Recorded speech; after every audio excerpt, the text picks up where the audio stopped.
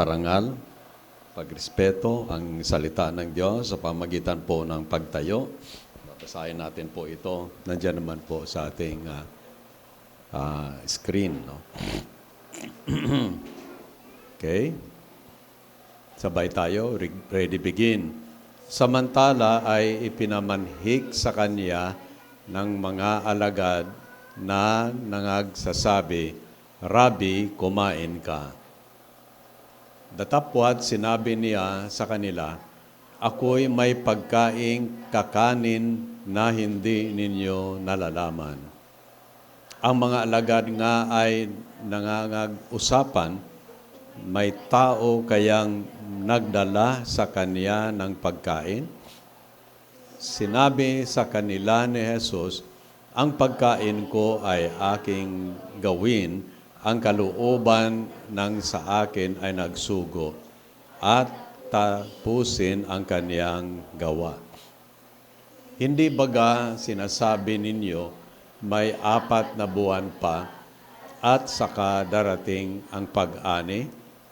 Narito sa inyo'y aking sinasabi, itanaw ninyo ang inyong mga mata at inyong tingnan ang mga bukid na mapuputi na upang anihin. Ang umaani ay tumatanggap ng upa at nagtitipon ng bunga sa buhay na walang hanggan, upang ang naghahasik at ang umaani ay mga galak kapwa. Sapagkat dito'y totoo ang kasabihan, isa ang naghahasik at iba ang umaani.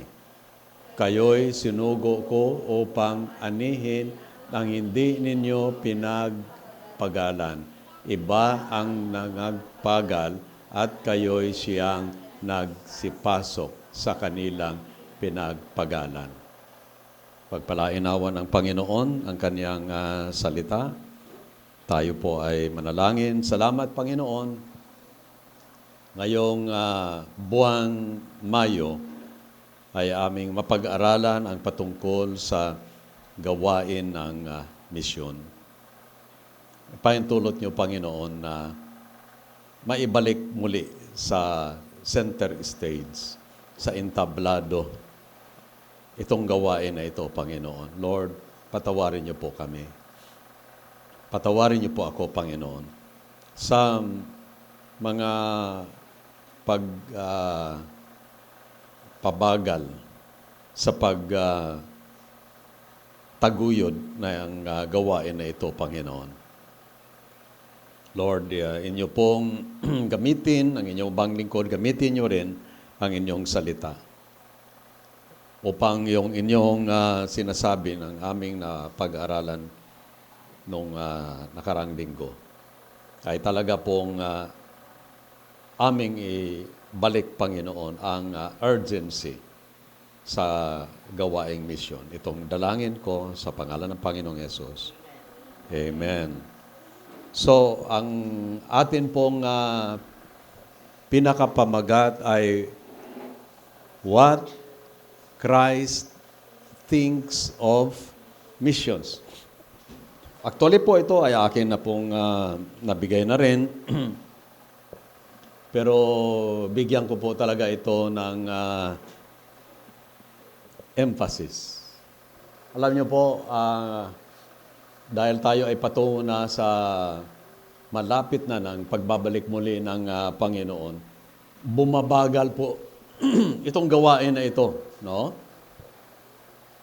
Karamihan ay nakafocus po sa mga bagay na material. Dalawa po na mga bagay mapansin nyo ng sinabi ng Panginoon. Sabi niya,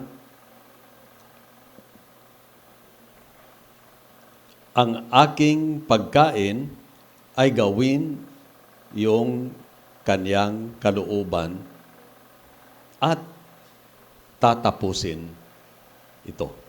So, dalawang bagay dyan at ilagay natin po sa katanungan. No? Yung kalooban ba ng Panginoon ay ating nagagawa, nasusunod. At pangalawa po ay,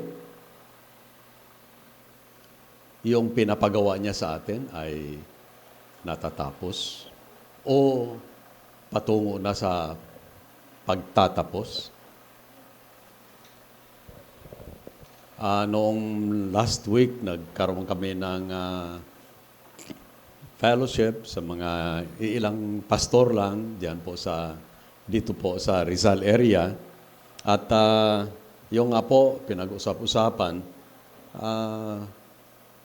kasi alam nyo, pag nag-meet ang mga pastors, yung pong hindi nila nasi-share sa mga members, no? Kaya sa mga kapwang pastor lang. At ito po yung pagbagal ng gawain ng Panginoon. Simula po noong pandemic, ay wala na po, tumigil na halos, no? Kaya nag-resort sa mga live streaming, yung mga gumawa ng mga podcast, no? Video, yun. Pero yung patungkol po sa tinatawag na face-to-face, yung pagtitipon-tipon, ganito, nawala. So isang pastor nagsabi, medyo malungkot lang, sabi niya, 25% lang ang bumalik matapos po ang pandemic. 25%. Yung isa naman, sabi niya, so siguro talaga malaki, mga 50%. So, ang katanungan po ay, ano kaya ang purpose ng Panginoon dito? Malinaw po. Nagkakaroon ng tinatawag natin na screening, sinasala. Talaga pong ang lalabas lang, yung mag-come out lang talaga na magpapatuloy sa gawain ng Panginoon, yun ang talagang tinawag sa kaligtasan. No?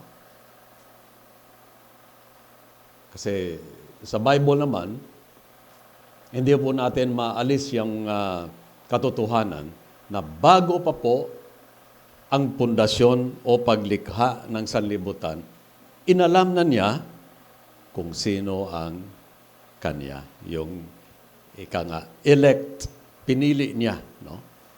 So ang iba sabi na, dangerous doctrine daw ito.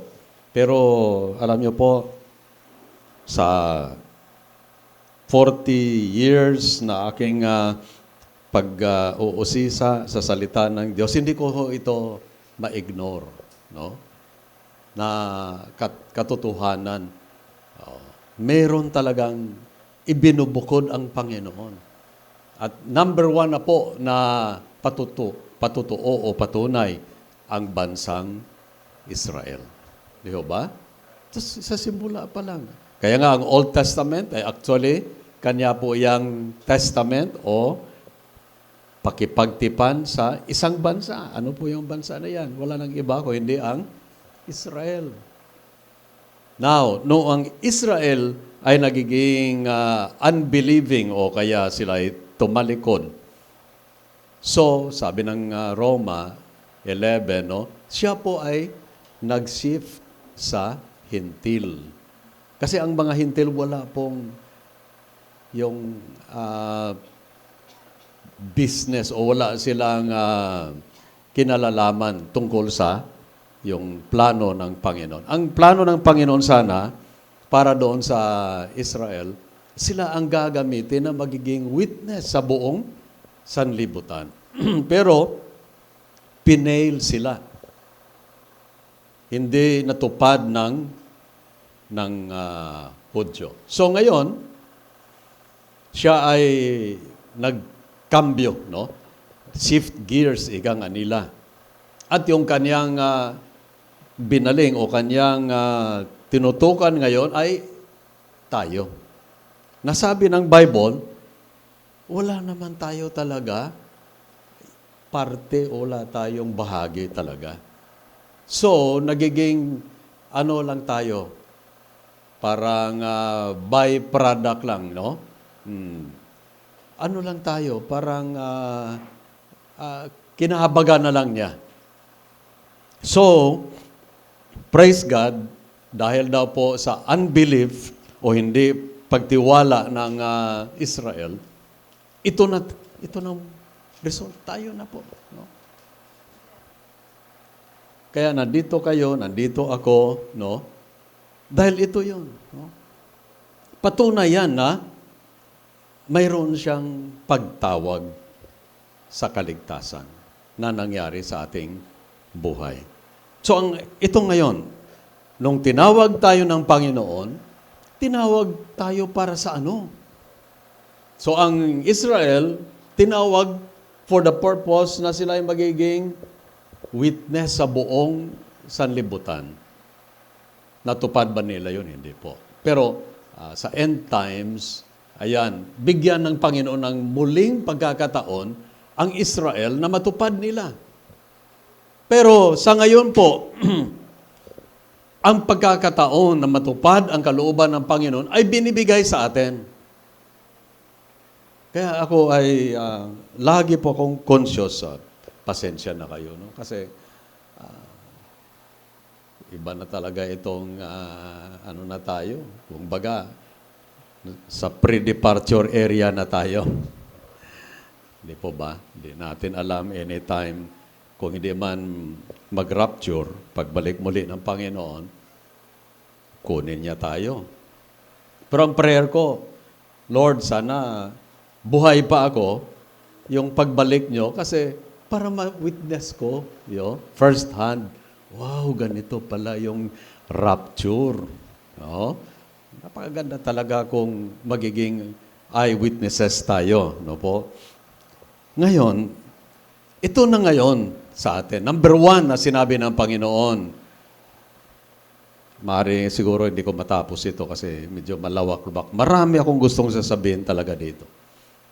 Number one, nagagawa ba natin? Yan ang sabi ng Panginoon eh. My food is to do the will of Him who sent me. So, talagang lagi po ito, no? I don't know sa inyo po, lagi po ito na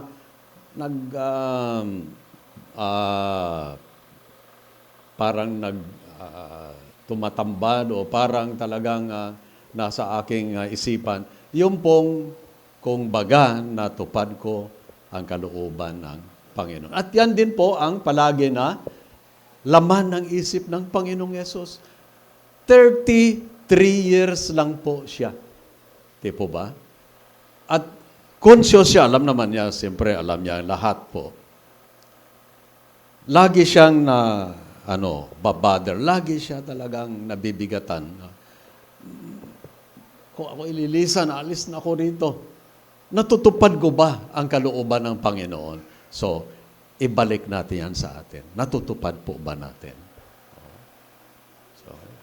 So, sinabi ko po, iba sa atin nasa pre-departure area na. No? Pero actually, ang kamatayan po ay wala po yan yung sinasabing age. Hindi po gumagalang kung ikaw ay medyo may edad na, saka na yan ay dumadating. Hindi po. Kahit nasa mga bata pa. At tingnan nyo po, punta kayo sa sementeryo, ang average lifespan diyan, mapansin nyo, take note nyo po, 40, 50. Ganun lang po talaga. At yung medyo napaaga-aga, may mga kabataan pa. Lalo na po na masyado na po na naaabuso ang katawan. Marami pong mga bisyo sa ngayon.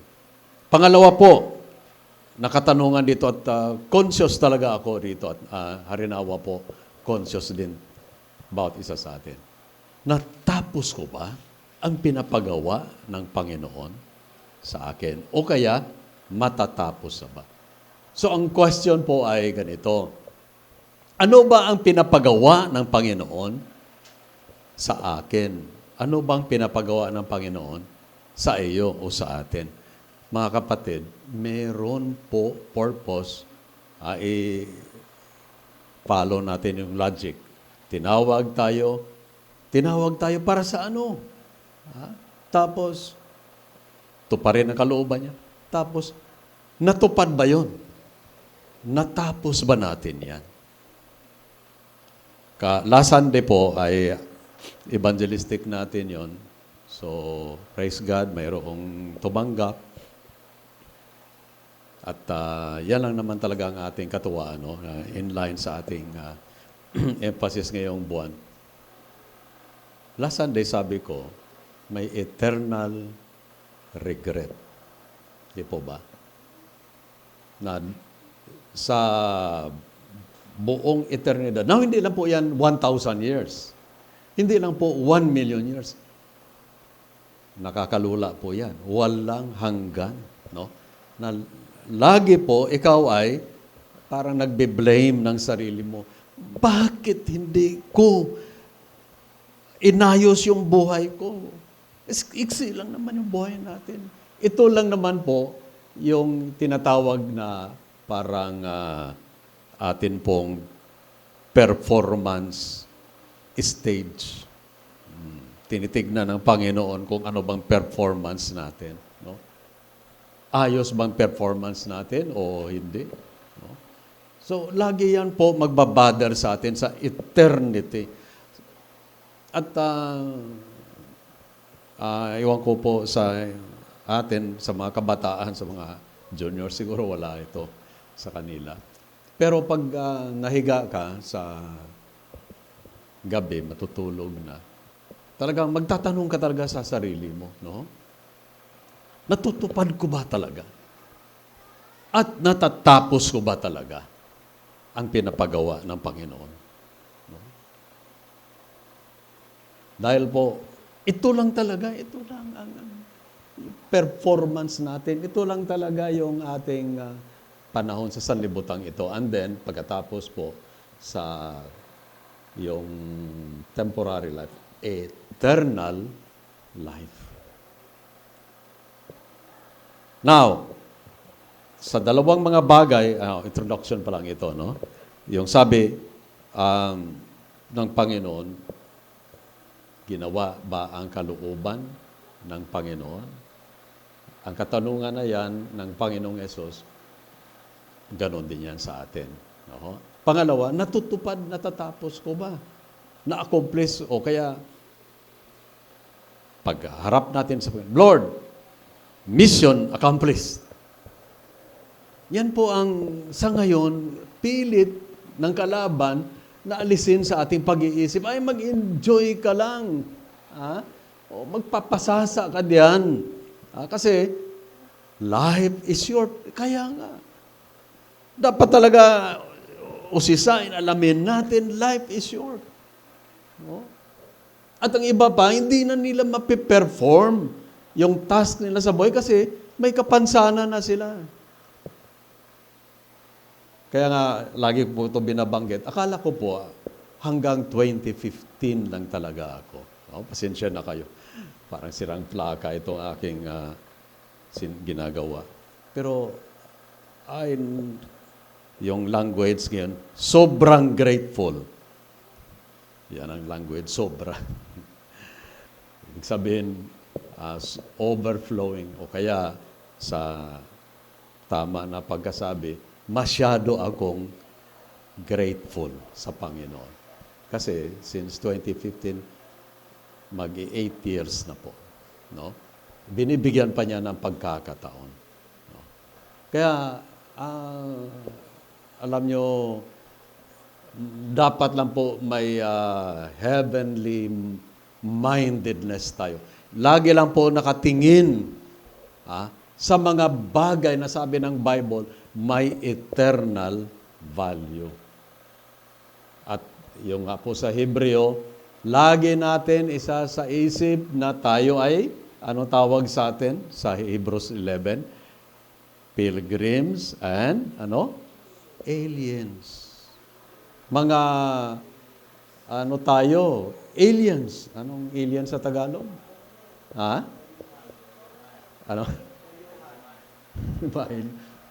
Malalim, no? Oo. Dumadaan lang tayo dito. Visitor lang.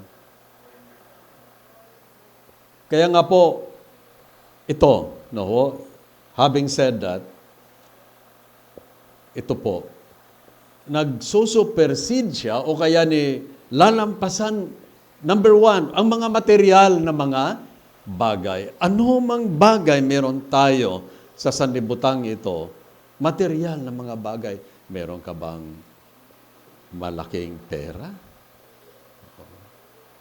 Wala yun.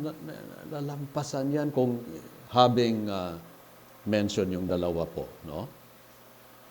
Material, ano bang mga material natin? May mga magaganda tayo na mga damit o kaya may mga magaganda tayo na mga kasuotan, magagandang mga alas. Nilalagpasan po yan. Kung atin talaga po, ilagay sa focus itong dalawang mga bagay. Pangalawa po, material. Pangalawa, physical. Yun. Ano ba yung nandyan sa ating katawan? So, nako, tad po, kung magtingin kayo, ngayon, pahinga muna ako sa Facebook. Pag magbukas kayo, nako, napuputol po yung inyong pinapanood dahil mayroon ngayong cream, yung before, yun, ang gaspang-gaspang, maitim, gano'n. After, yung kabila, pinahira ng cream, yun. So, kinukontrast, kinukumpara.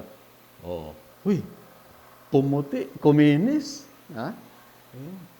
Naku, ang mga kabataan ngayon, talagang sell out na yung mga last remaining products lang ito. Milyon-milyon na ang bumibili.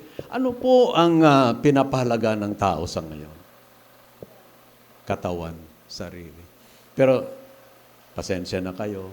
Kahit anong papakinis nyo diyan, ano yung pagpapalusog nyo, yung, sa ngayon po, ang concern ng tao ay paano na siya ay magiging malusog at maganda, no, makisig, gano'n, no? So, kung ano-ano na lang, Sumba, pero sa Ilonggo, yung Sumba, malapit yan sa Sumbag. Yung, alam yung Sumbag, yung suntok. Talagang ano po, no? Na-focus doon sa papaano talaga ang kanyang physical. Ngunit po, ito po, 3 times a week, sinasabi ko yan sa nagpupunta dito. Kung ako yan dito lang. Sabi ko, ay kahit ano paganda nyo ng ipin ninyo, ano paganda ninyo ng mga buhok ninyo, mga hitsura ninyo, no? Mamamatay din yan. Ililipas. Hindi masyadong sinasapuso ng tao yan. Pero tingnan nyo, kung tayo po ay 40, 50, 60, sabi ng Bible, pag umabot ka pa ng 70 at lagpas ng 70, bonus na yan.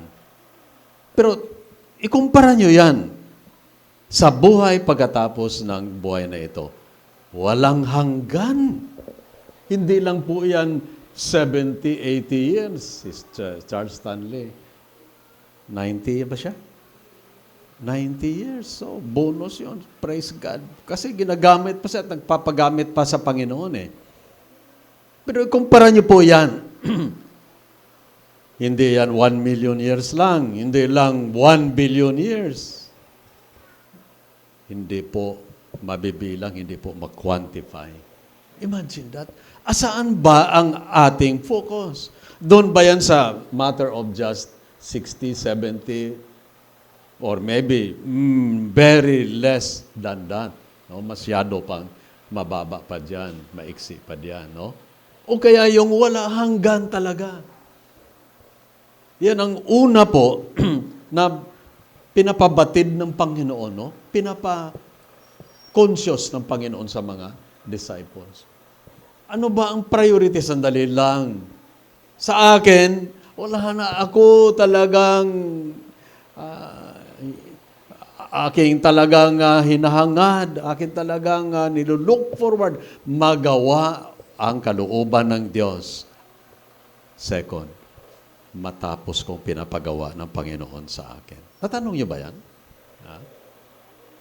Otherwise, tayo po ay magising ng yung huli na ang lahat at sabihin, wala nang pagkakataon. Okay po, so ngayon, pupunta po tayo sa first point natin at baka first point lang ating matatapos dito. Highest priority. Pinakamataas na prioridad. Now, actually, parang ini-expound lang natin po yung introduction natin. Highest priority. Now, medyo mag-background check tayo sandali, no? Sa verse 6, di ba? Tingnan niyo po sa mga Bibles niyo. Sa verse 6, 6 hour. Ayan na po ay tanghaling tapat. Pag tanghaling tapat na, ano na po ang kumakalam na ating sikmura. Oh, tanghaling tapat. Wala pang laman yung tiyan.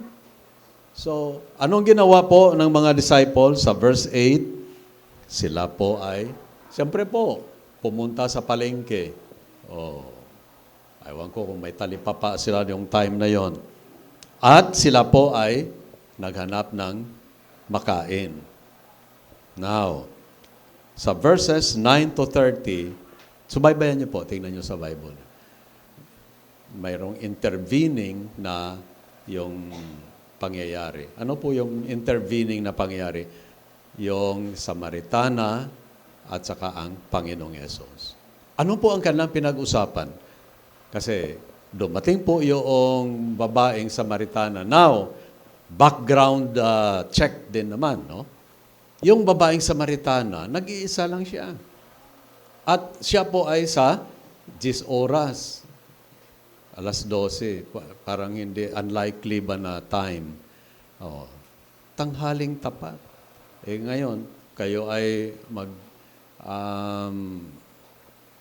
punta doon sa ilog, kumuha kayo ng tubig, ano bang gusto nyong magandang oras? Tanghaling tapat? Hindi naman, no?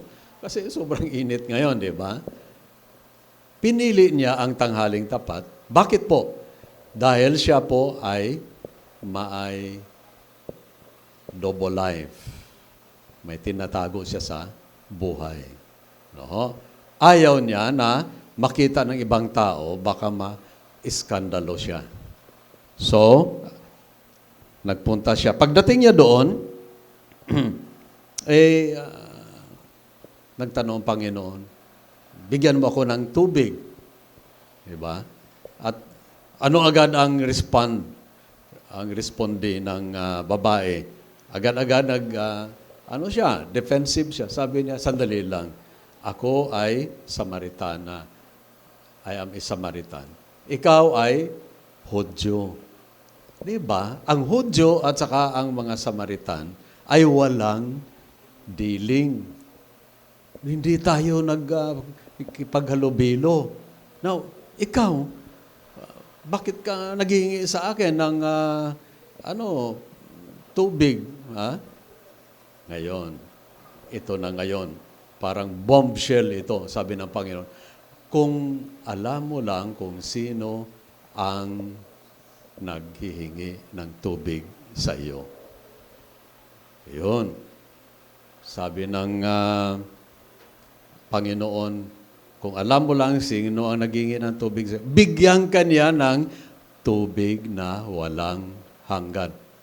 Wow. Parang biglang nagising o kaya masmasan yung Samaritan. Sandali lang, sabi niya, Ginoo, sabi niya, ang tagal ko na pabalik-balik dito at napakahirap kumuha ng tubig dito. Now, ikaw, nag-aalok sa akin ng walang hanggan, hindi na ako pupunta dito at tuloy-tuloy na yung tubig.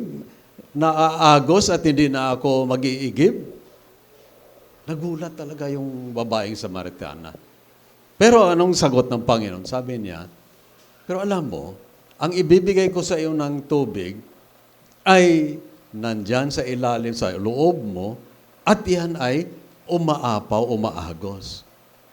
Okay, sabi ng Panginoon, sandali lang, tawagin mo yung asawa mo. Ayan. Sabi, Ginoo, wala po akong asawa. Ayan. Nagsinungaling na siya. Pero actually, yes or no. Sabi ng Panginoon, okay, tama yung sinabi mo. Okay, na yung wala kang asawa. Eh, sa totoo lang, meron ka ng 5. At yung nandyan sa iyo na kinakasama mo ngayon, ay hindi mo nga asawa. Kaya tama ka, wala kang asawa. Nung nasabi ng Panginoon yan, lalo siyang nagulat, na masmasan siya. Sabi niya, Ginoo, baka ikaw yung propeta na sinasabi na darating at sasabihin niya ang lahat. Sabi ng Samaritana, Ginoo, Panginoon, okay, bigyan niyo ako nitong tubig kasi ikaw ay isang propeta. Bigyan niyo ako itong tubig na walang hanggan talaga para ako ay hindi na mauuhaw. So alam niyo ang conversation na yon hanggang dumating sa punto na yung Samaritana lumapit sa Panginoon, sabi niya, ever give me this water. At binanggit ng Panginoon na sabi niya, okay, ikaw ay hahanap ng iyong pagsamba at mapaglingkuran. Now, sabi niya, Ginoo, di ba sabi, ang place of worship ay nandoon sa Jerusalem? No, sabi ng Panginoon, ang pagsasamba sa Panginoon ay wala. Immaterial ang yung lugar kung asaan ka pwede ka magsamba sa Panginoon. Because God is a spirit and they that worship Him must worship Him in spirit and in truth. Pero, wala pong contradiction dito. Pero, after na-resurrect ang Panginoon, sabi ng mga disciples at sabi ng Panginoon, upon the first day of the week, dapat talaga sasambahin siya. Now, may kakaibahan po sa tinatawag individual worship at saka corporate worship.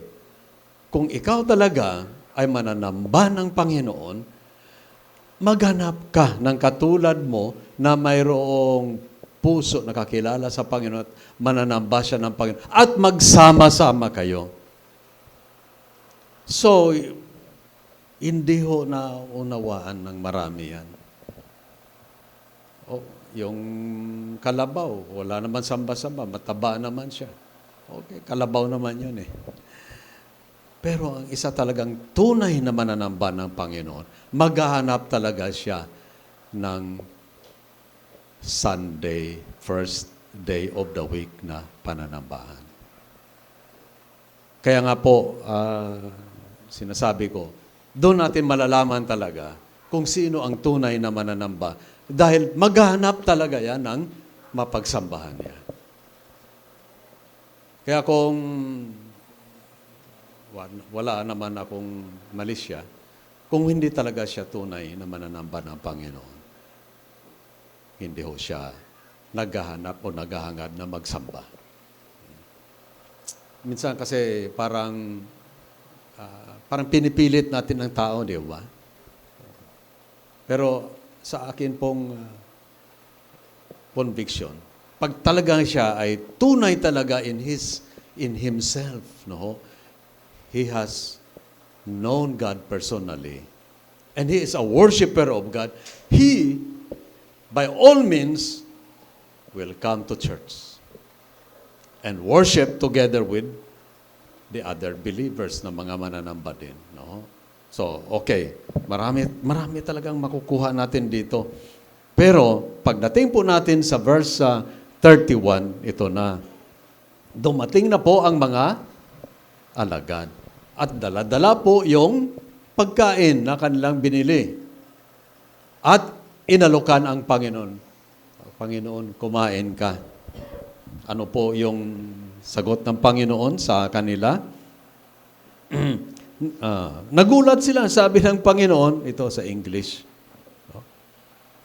Anong sagot niya? Ito yung aking ginawang introduction. So, Jesus said to them, "My food is to do the will of Him who sent me and to accomplish His work." Ibig sabihin, sabi ng Panginoon, wala sa akin yung pagkain physical. Wala. Hindi yan mahalaga sa akin. So, nagulat sila ngayon. May nagpakain ba sa kanya? May nagdala ba sa kanya ng pagkain? Ayun ang tanong nila. Pero, hindi nila na lubos na unawaan ano ang point ng Panginoon. Na-discuss ko na yon. Ang mas mahalaga talaga, it supersedes yung, sabi ko kanina, material at saka physical.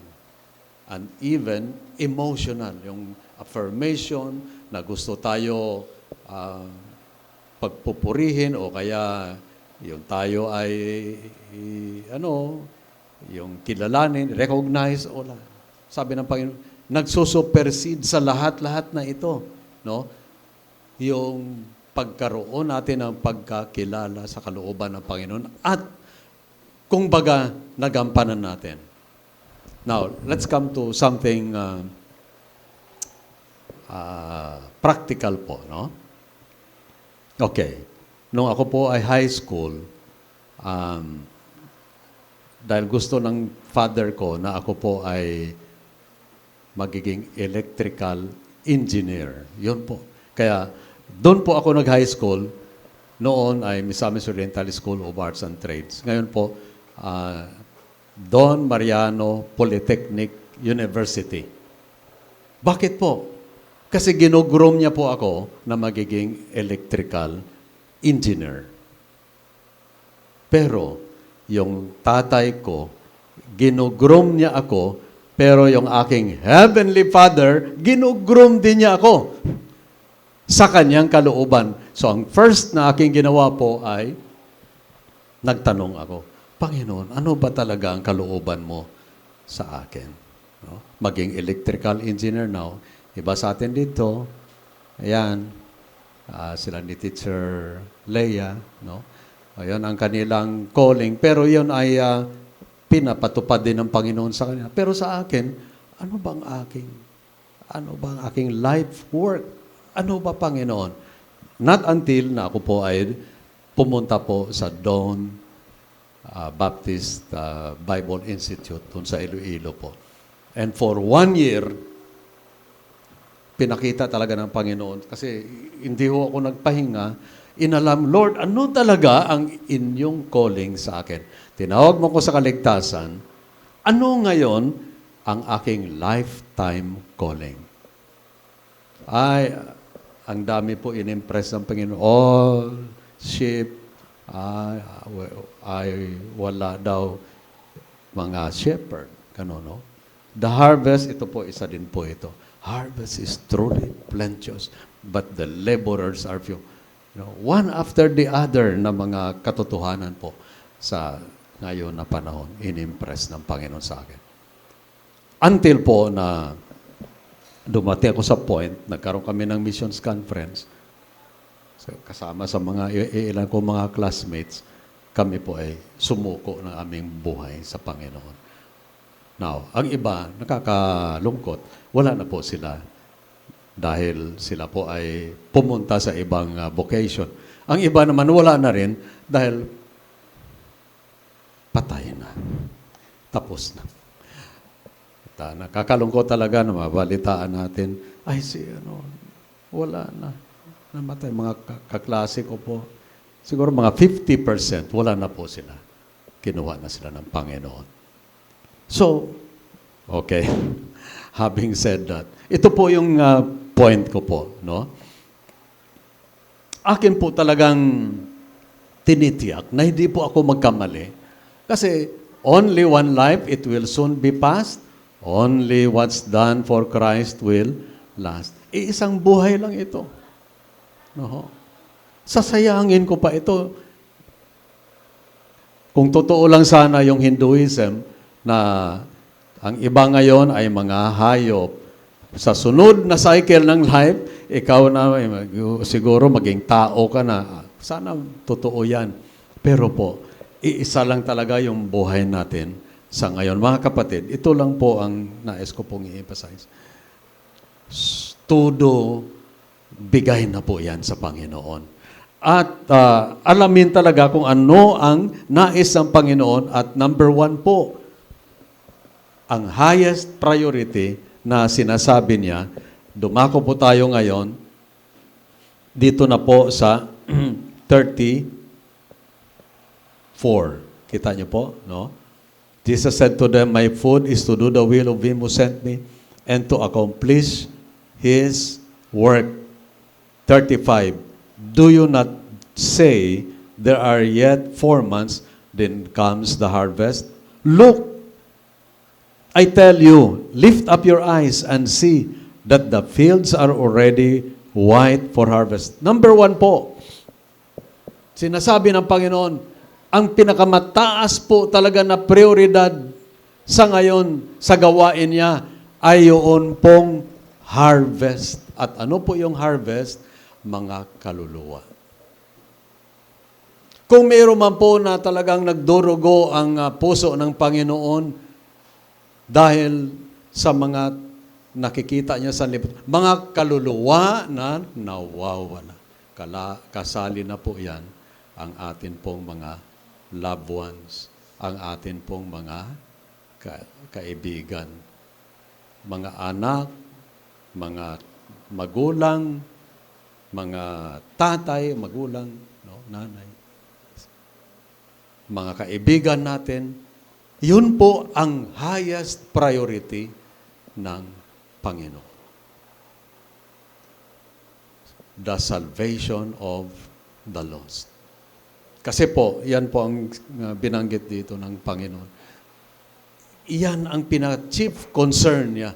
Kung meron man po sa ngayon sa kasalukuyan na talagang na durugo o nabibigatan at talagang nagko-concern sa Panginoon, yung pong mga kaluluwang nawawala. Now, kasi tinitingnan ko yung oras. Pag akin pa itong i-expound, pupunta talaga ako po sa ikalawa, no? Pero, mga kapatid, suffice it to say, no? Kung meron po na number one sa ngayon, na talagang concern, kabigatan ng Panginoon, nawawalang mga kaluluwa. At minsan po, ang nangyayari, pag mag-ikot-ikot tayo dito, no, napapansin ko po, dumadami ang mga tao rito. At ang katanungan palagi po na nag-haunt sa akin na ito baga sila ay nakarinig na ng Ebanghelyo, kaligtasan sa pamagitan ng Panginoong Hesus. Kaya mga kapatid, pansamantala, akin po muna itong tatapusin dito, no? Kung magtatanong tayo, ano talagang pinakamataas na prioridad? Lost souls. Yan na po ang mag-pave ng way patungo po sa tinatawag missions. At ang mission naman, alam naman po ninyo,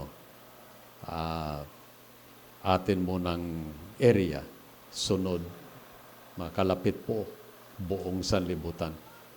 At atin na discussion po sa pag-aaral natin sa Great Commission. Pagka malaking pagkakasala, great sinner. Pagka malaking disobedience, great disobedience. No? Kaya kung ito po ay ating suwayin, din natin po ito, totoo pa rin. Sa lahat ng mga inutos ng Panginoon, tayo po ito po ang pinakamalaki na sinuway natin na utos kung hindi po natin ito ay gagawin. Tayo po ay magsitayo sa ngayon. Sa inyo, Panginoon, itong pauna na mga pinag-usapan, Lord, inyo po i-impress sa amin. Pag-uwi namin, nawala na po talagang pinakamalaki na prioridad sa inyo, Panginoon, ang mga nawawalang mga kaluluwa. Ipahintulot nyo lang po, Panginoon, na sa aming pagpapatuloy sa pag-aaral nitong buwan na ito, kahit bahagya lang po, magkaroon kami ng kabigatan at kahit papano, Panginoon, magawa namin ang aming bahagi na amin po na maibahagi ang inyong buhay na walang hanggan, mensahe na kaligtasan sa mga nawawala. Inyo lang po, ipahintulot din, Panginoon, na kami po ay hindi magiging disobedient sa inyong pinakadakila na utos na ito, Panginoon. Sa ating kinatayuan, gumawa tayo po somehow ng commitment, Lord. Ayaw ko magiging pinakamalaking disobedient o paglabag ng pinakamalaki niyong utos, Lord. Help me willing to be made. Willing ako, Panginoon, gampanan ito. Yes, Lord. In Jesus' name. Amen. Sa ngayon po ay tayo po ay